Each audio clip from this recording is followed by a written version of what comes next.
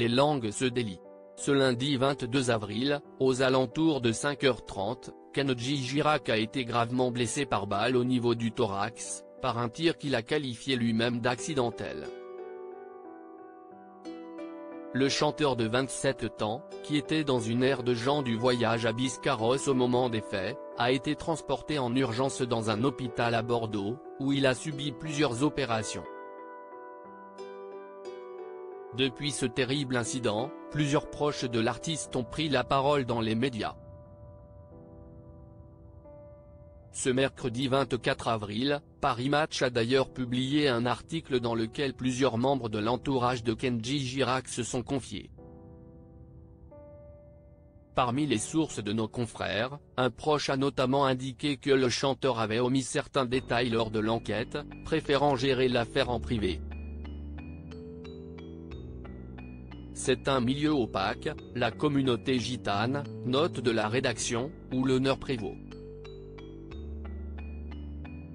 Ce n'est pas pour rien qu'il s'est directement accusé de s'être lui-même tiré dessus, a indiqué la source. Et de poursuivre, il n'avait aucune envie que cette affaire privée devienne une histoire publique, reprise, commentée, disséquée. Lui tout ce qu'il veut, c'est chanter, élever sa fille à l'abri des regards et vivre sa vie à sa manière. Des propos corroborés par le patron du label de Kenji Girac. C'est tout à son honneur.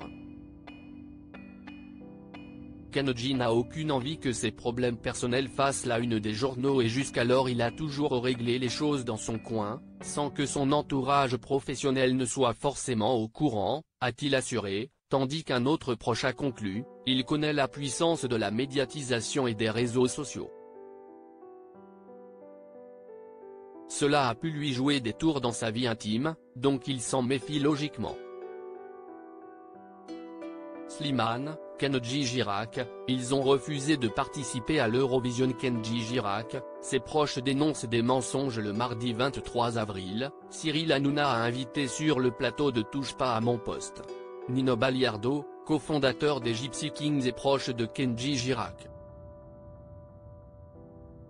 Combien il y a de gens en France qui se battent, qui se donnent des kalachnikovs ici et là-bas, ce sont toujours les mêmes affaires, non ?